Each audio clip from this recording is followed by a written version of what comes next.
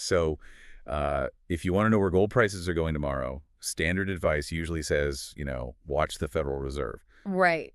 The usual indicator? Exactly. But today's source argues that you should actually ignore the Fed entirely and look at Jupiter. Yeah. It is a massive departure from standard Wall Street analysis. It really is. So welcome. We are thrilled you're joining us for today's deep dive, because our mission today is exploring this incredibly niche, fascinating text called Celestial Cycles and the Gold Market Coefficient.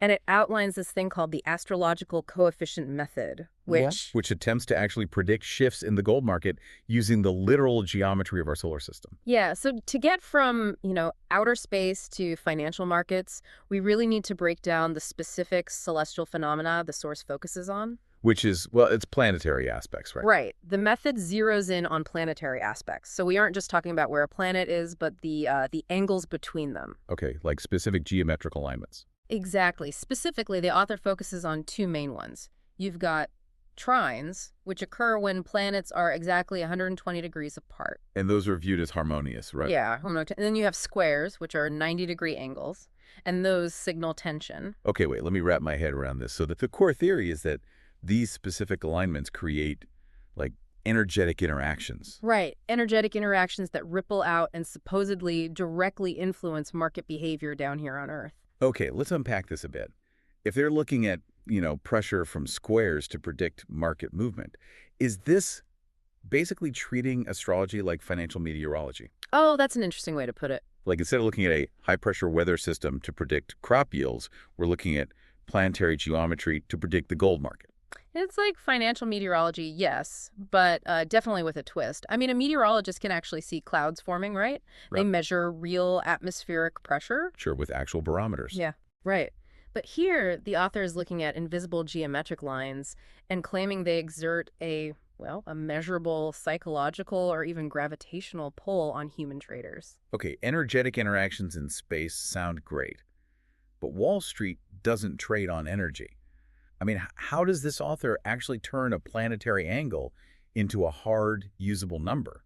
Well, because these abstract interactions need to be applied to a concrete market, they translate that geometry into quantifiable market coefficients. Market coefficients, okay. Yeah, so the author calculates this by looking at historical gold volatility during a specific angle and creating a multiplier. Oh, wow. So, like, if Mars forms a 90-degree square with Jupiter. Exactly. The formula might spit out a 1.5 coefficient based on past market reactions. Meaning a potential 50% spike in trading volume. Right, or price volatility. You're synthesizing these numbers by comparing the calculated coefficients directly against historical gold price data. To find predictive correlations. You overlay the math of the planets onto the math of the market to generate a concrete trading signal. Here's where it gets really interesting to me.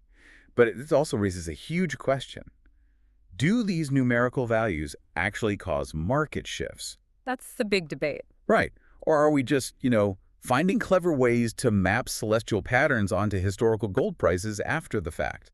Because humans are notoriously good at finding patterns in chaos if we just stare at it long enough. Yeah, that is the ultimate question when you're treating this as a quantitative data modeling problem.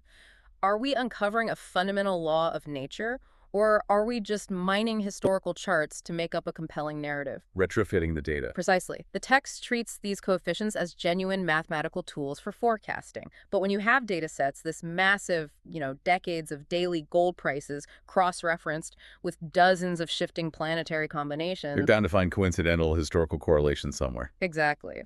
In the quant trading world, this is a classic risk known as overfitting the data. So, whether you view this astrological coefficient method as a legitimate predictive tool or just a fascinating study in human pattern recognition, it highlights something pretty profound.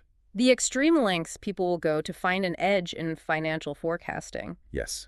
When the financial stakes are high enough, no stone or asteroid is left unturned. Definitely not. And it leaves you with a really wild, provocative thought to chew on.